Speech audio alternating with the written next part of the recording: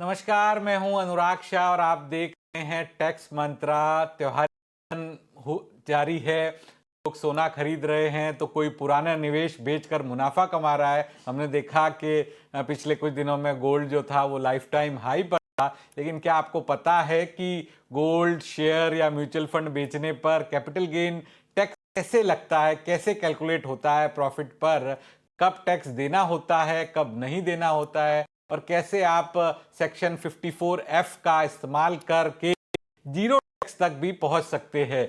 तो gold share और mutual fund, हर निवेश की टैक्स ट्रीटमेंट अलग होती है। इसी पर हम आज के शो में चर्चा करेंगे। और मेरे साथ इस टैक्स मंत्रा शो में जुड़ रहे हैं देश के जाने माने टैक्स एक्सपर्ट सीए चिराग चौहान।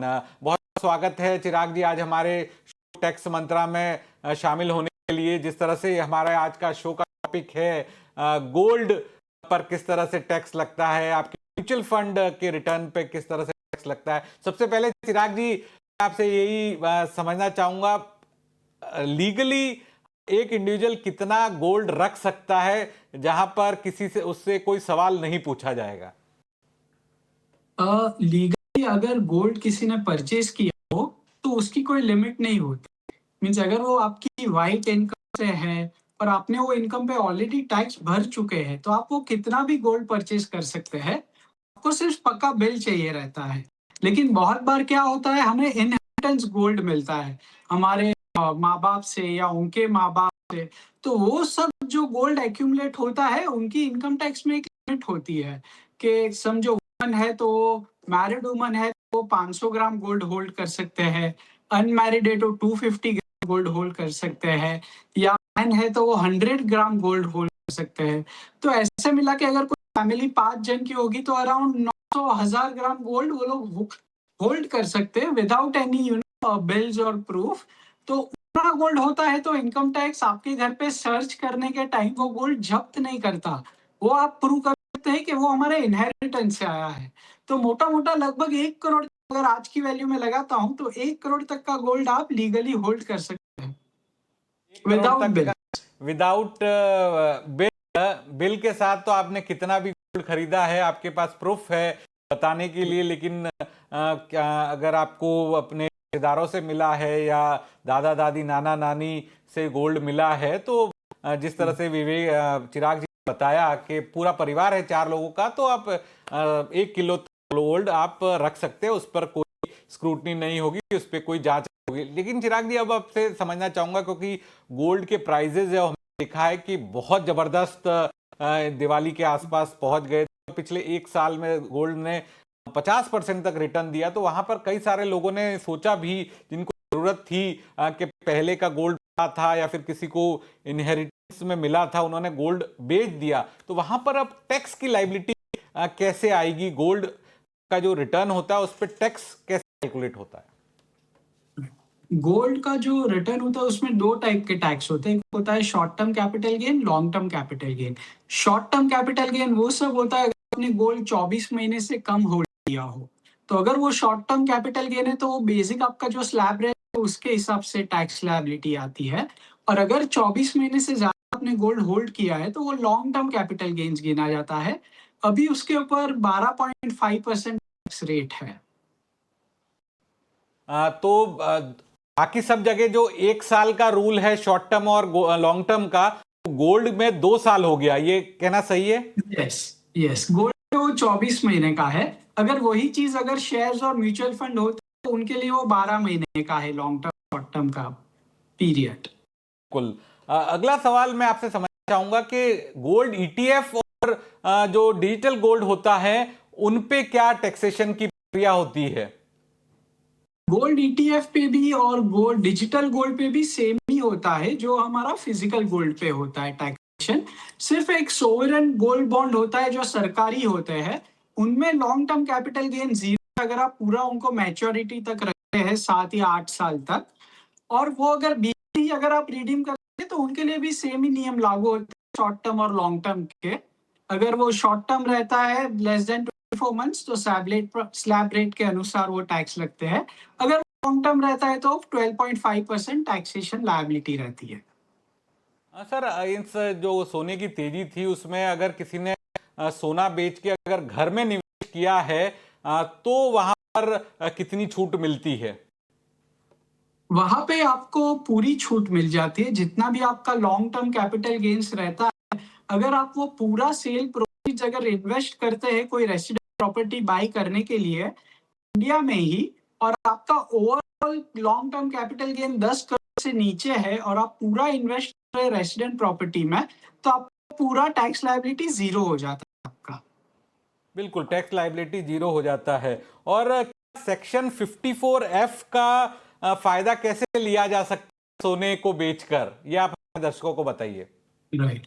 अगर कोई भी प्रॉपर्टी लेना चाहते हो और अगर उनके पास एग्जिस्टिंग गोल्ड है तो वो आप गोल्ड बेच सकते हैं और वो बेच के आप प्रॉपर्टी ले सकते हैं। तो जो जब ये गोल्ड बेचते हैं तो जो टैक्स लगता है वो टैक्स पूरा आपका बच जाता है और आप दिखा सकते हैं कि वही अमाउंट आपने वो प्रॉपर्टी खरीदने में दिया है। तो उस हिसाब से आपका प्रॉपर्टी भी बिल्डअप हो जाता है और गोल्ड पे आपको टैक्स भी नहीं लगता है। तो बहुत सर, लोग प्रॉपर्टी लेने के टाइम थोड़ा गोल्ड बेचते हैं बट उनको ये जानकारी नहीं होती के ऊपर जो टैक्स लगता है वो बच सकता है। तो वो क्या करते हैं, वो कैपिटल गेन्स भर देते हैं बट उसमें वो आप उसका एग्जेम्पशन भी ले सकते हैं। तो जब आप रिटर्न फाइल करते हैं तो आपको 54F में वो पूरा कैपिटल गेन एग्जेम्प्ट दिखा के आपको पूरा फायदा लेना है, जिससे आपकी टैक्स लायबिलिटी जीरो हो जाती है। लेकिन उसमें भी क्या कोई लिमिट है कि इस लिमिट तक आप उसका फायदा ले सकते हैं? क्योंकि अगर गोल्ड बेचने पे मानो एक बहुत बड़ी राशि में अमाउंट हुआ तो उसको कितना तक आप इन्वेस्ट कर सकते हैं, या कितना जो है 10 करोड़, उसमें भी सरकार ने रिसेंटली 10 करोड़ की लिमिट डाल दी है, पहले उसमें कोई लिमिट नहीं थी। ओके, तो यानी सोने पे आपने बहुत सारा सोना था आपके पास, तो आपने बेचा, और उसमें लेकिन सर उसकी कैलकुलेशन कैसे होगी? जो इनहेरेंट इनहेरेंट आपको सोना मिला है, बड़ी राशि में सोना मिला है और वो आपने बेचा, तो उसका बेस क्या माना जाएगा? उसका बेस अगर अगर आप जीरो भी मानते हैं तो पूरा सेल प्रोसीड्स ही आपको री इन्वेस्ट करना है। ये सेक्शन 54F में लॉन्ग टर्म कैपिटल गेन री इन्वेस्ट नहीं करना है, जो भी सेल प्रोसीड्स है। मैं समझो अभी आपने 1 करोड़ का सोना बेचा तो पूरा पूरा 1 करोड़ का आपको नया घर लेना है, जिसके ऊपर आपका पूरा वो टैक्स एग्जम्प्ट होता है। ओके, तो ये हमारे दर्शकों को ध्यान में रखने की चीज है कि कैपिटल गेन नहीं है, पूरा का पूरा सेल प्रोसीड जो है, यस। आपको जो आपने सोना बेचा है वो आप घर में डालते हैं या घर खरीदते हैं, और 10 करोड़ तक की अगर राशि है तो उस पर फिर आपकी कोई टैक्स लायबिलिटी नहीं आएगी। तो ये गोल्ड बेच कर कोई प्लान कर रहा है कि सोने में जिस तरह से सोने की दरें बढ़ी हैं और आप सोना बेचकर घर खरीदना चाहते हैं, तो जो भी प्रोसीड्स हैं वो 10 करोड़ तक की जो प्रोसीड्स हैं वो अगर आप एक नए घर की खरीद में डालते हैं तो आपके ऊपर टैक्स लायबिलिटी नहीं आएगी। तो सेक्शन 54F का फायदा केवल गोल्ड के अंदर ही है या कुछ और भी एसेट्स हैं जहां पर इसका फायदा लिया जा सकता है? सारे सारे असेट्स जो लॉन्ग टर्म क्लासिफाई कर सके, जरा कि अगर आप लिस्टेड शेयर्स भी होल्ड कर रहे हैं या म्यूचुअल फंड होल्ड कर रहे हैं और वो 12 महीने से ज्यादा आपका होल्डिंग पीरियड है, अगर आप म्यूचुअल फंड रिडीम करके भी आप घर चाहते हैं तो ये सेक्शन 54F आपको बेनिफिट दे सकता है। या गोल्ड हो, सिल्वर हो, जो भी असेट्स है, कोई भी असेट की सेक्शन 54F में हम ये बेनिफिट ले सकते हैं, प्रोवाइडेड वो लॉन्ग टर्म असेट हो गया। और जब भी हम उसको बेचे तो पूरी पूरी सेल प्रोसीड्स हमें वो नए प्रॉपर्टी में री इन्वेस्ट करनी रहती है। सिर्फ हमें ये एक ध्यान रखना होता है कि आपके पास ऑलरेडी सिर्फ एक ही प्रॉपर्टी हो, अगर आपके पास एक से ज्यादा प्रॉपर्टी हो 54F का बेनिफिट नहीं ले सकते। तो 2-3 कंडीशंस रहती है, वो हमें जो सेक्शन 54F की है वो हमें सारी पूरी करनी रहती है। और एक कंडीशन उसकी ये रहती है कि हमें विद इन 1 या 2 साल में वो प्रॉपर्टी बाय कर लेनी होती है। अगर हम 1 साल में नहीं करते तो कैपिटल गेन अकाउंट एक बैंक खोलना होता है और उसमें वो प्रोसीड्स पार्क करनी रहती है। फिर जैसे ही हम प्रॉपर्टी के लिए इन्वेस्ट करेंगे वहां से निकाल के विद इन 2 इयर्स हमें वो परचेज करनी है। तो ये सारे जो वो सेक्शन 54F के रूल्स है वो हमें प्रॉपर फॉलो करना है। अगर कोई भी रूल हम प्रॉपर फॉलो नहीं करते हैं तो हमें वो बेनिफिट नहीं मिलता है। स्क्रूटिनी के टाइम स्पेसिफिकली ऑफिसर देखते हैं कि हमने सारे नियम वो प्रॉपर फॉलो किए हैं। अगर उसमें कोई भी डेट्स वगैरह मैच हो रही है या 1-2 दिन पे आगे पीछे हो गए तो आपको एग्जम्पशन नहीं मिलता है। डेट्स वगैरह और उनके रूल्स हमें प्रॉपर फॉलो करने हैं सेक्शन 54F।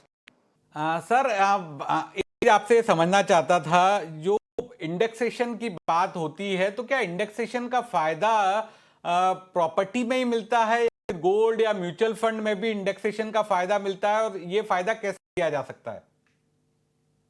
सरकार ने अभी इंडेक्सेशन का बेनिफिट निकाल दिया है गोल्ड के लिए और प्रॉपर्टी के लिए। तो अभी आफ्टर 2024 जो भी हम प्रॉपर्टी या गोल्ड बेचते हैं उसमें इंडेक्सेशन का फायदा नहीं मिलता है। अभी flat rate long term capital gains का कर दिया है, वो है 12.5%।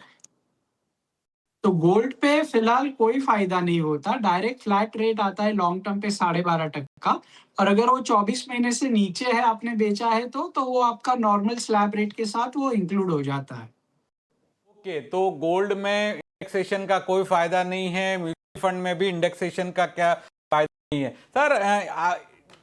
अभी जो सरकार के द्वारा नियम चेंज किए गए म्यूचुअल फंड के अंदर, तो वहां पर भी क्या टैक्स लायबिलिटी चेंज हुई है? आप इक्विटी म्यूचुअल फंड रखते हैं तो आपके लिए टैक्स अलग बनेगा, म्यूचुअल फंड है तो टैक्स अलग बनेगा? इक्विटी म्यूचुअल फंड और डेट म्यूचुअल फंड का मोर और less tax liability is the same. जो लिक्विड फंड्स वगैरह होते हैं उनका अभी tax liability normal slab rate पे आ जाता है, जो लॉन्ग टर्म भी है शॉर्ट टर्म है। इक्विटी म्यूचुअल फंड का वो सेम ही है टैक्स लायबिलिटी। अगर वो लॉन्ग टर्म रहते हैं तो उनकी टैक्स लायबिलिटी अभी हो जाती है 12.5%, और अगर वो शॉर्ट टर्म है लेस देन 12 मंथ्स तो उन पे टैक्स लायबिलिटी 20% आ जाती है। ओके, एक और चीज मैं आपसे समझना चाहता था, जैसे कि आपने सेक्शन 54 एफ में टैक्स के राहत की शर्तें बताई, लेकिन क्या उसमें कोई लिमिट है कि कितने समय में नया घर खरीदना होगा या बनवाना होगा? हाँ, जैसे ही हम कोई असेट बेचते हैं तो उसके 1 साल पहले या 2 साल बाद, तो वो दौरान के बीच में हमें वो नया घर खरीदना चाहिए। और अगर हम लैंड लेके कंस्ट्रक्ट करना चाहते हैं तो हमें 3 साल का टाइम मिलता है कि हम वो कंस्ट्रक्शन कंप्लीट कर सकते हैं 3 साल में।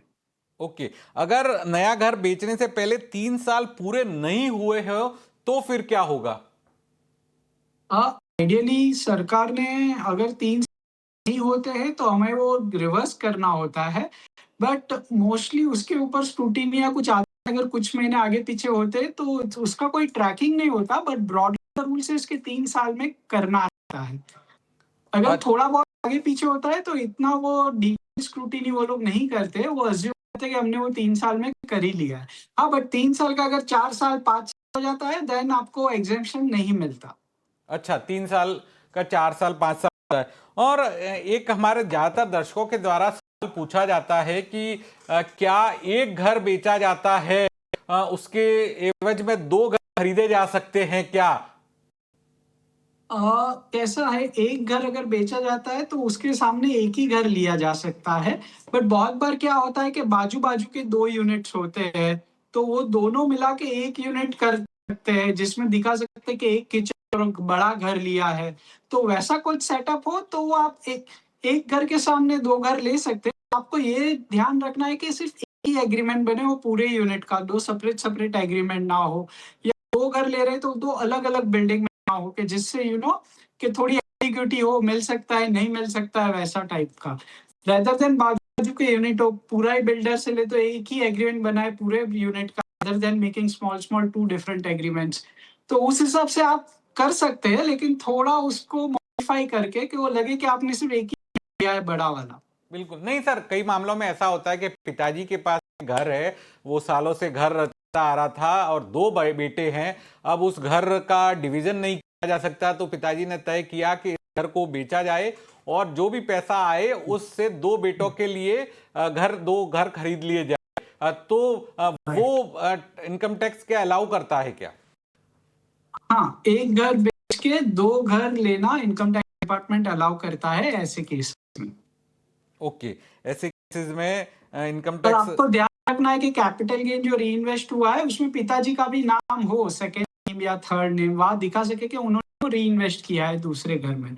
ओके, एक सर, गोल्ड के अंदर जो हम पूछा जाता है कि 87A ये एक कौन सी स्लैब है और इसमें किस तरह का एग्जाम्पशन मिलता है?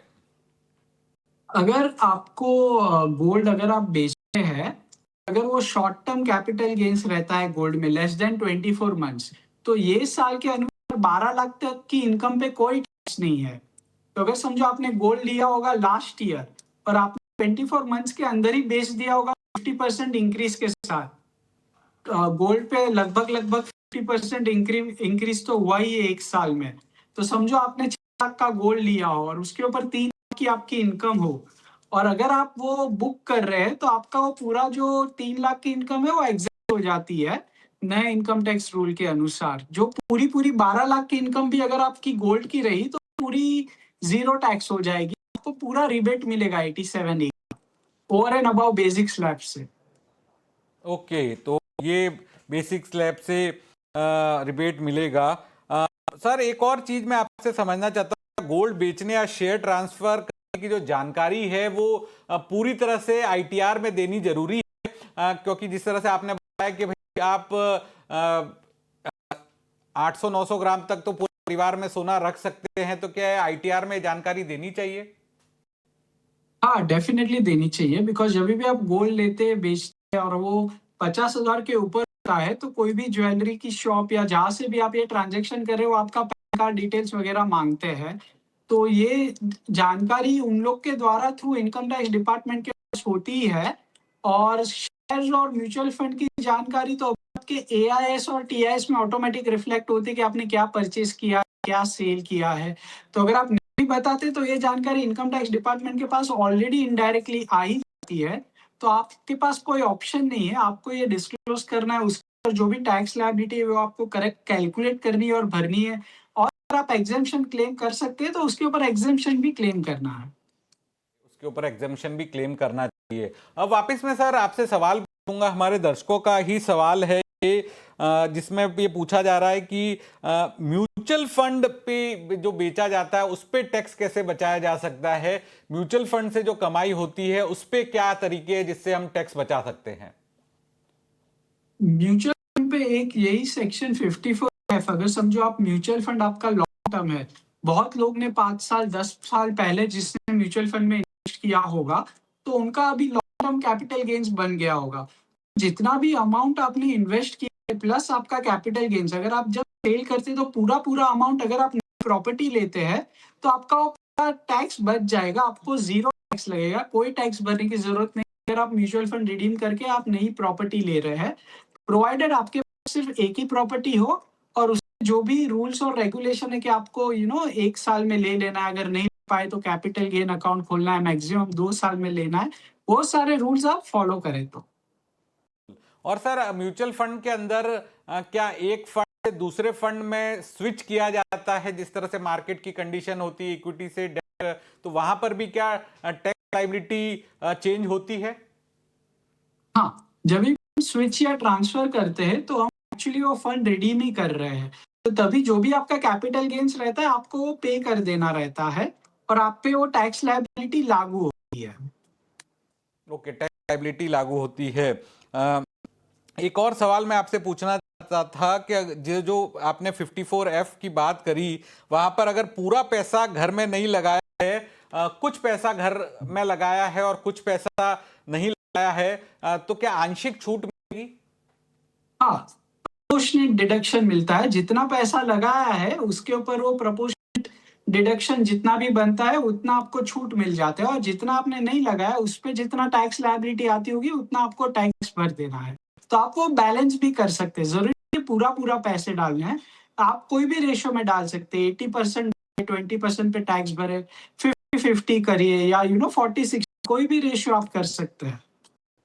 कुल सर, अब आखिर में आपसे समझना चाहूंगा दर्शकों के लिए जो आपका शो देख रहे हैं टीवी पे लाइव ईटीना स्वदेश पे, अब नवंबर का महीना चल रहा है, तो कुछ महीने बाकी है फाइनेंशियल ईयर पूरा होने में, तो क्या क्या बातें टैक्स पेयर्स को ध्यान में रखने की जरूरत है और किस तरह से अगले 2-3 महीने में टैक्स बचाया जा सकता है जिससे टैक्स की जो लाइबिलिटी है वो कम हो, आप अगर हमारे दर्शकों को बता पाएं। दर्शकों को खुश होना चाहिए कि ये साल 12 लाख की इनकम तक तो टैक्स भरना है नहीं।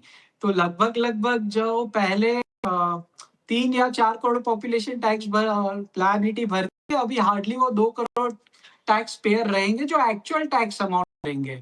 जिन्होंने भी अभी रिसेंटली लास्ट 6 महीने में म्यूचुअल फंड बेचे हैं या गोल्ड बेचा है, उनके एक ये जानना ज़रूरी है, अगर कोई टैक्स लायबिलिटी बनती है तो आपको एडवांस टैक्स भरना रहता है।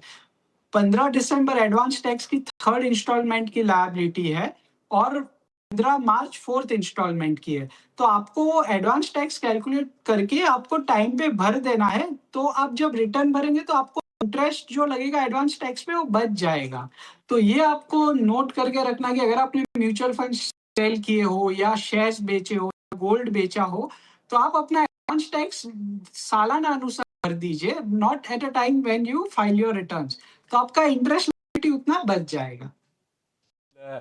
और इस बार तो सर डॉक्यूमेंट्स भी रखने नहीं होंगे, ज्यादातर लोग जो है अब न्यू टैक्स रिजीम आ जाएंगे, तो जो एम्प्लॉयर को आपको सबमिट करना होता था सारी रिसिप्ट पेमेंट्स की, प्रीमियम की, वो उस बार लगता है इतनी ज्यादा लोगों को दिक्कत नहीं आएगी। नहीं, नहीं।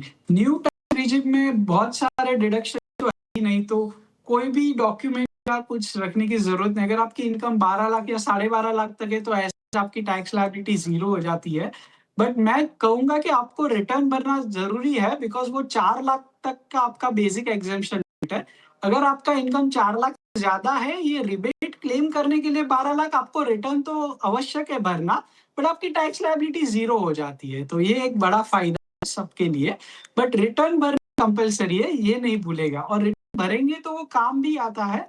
वीज़ा के लिए चाहिए या बैंक लोन के लिए चाहिए, तो प्रूव करने के लिए भी आपको रिटर्न्स काम आ सकेंगे।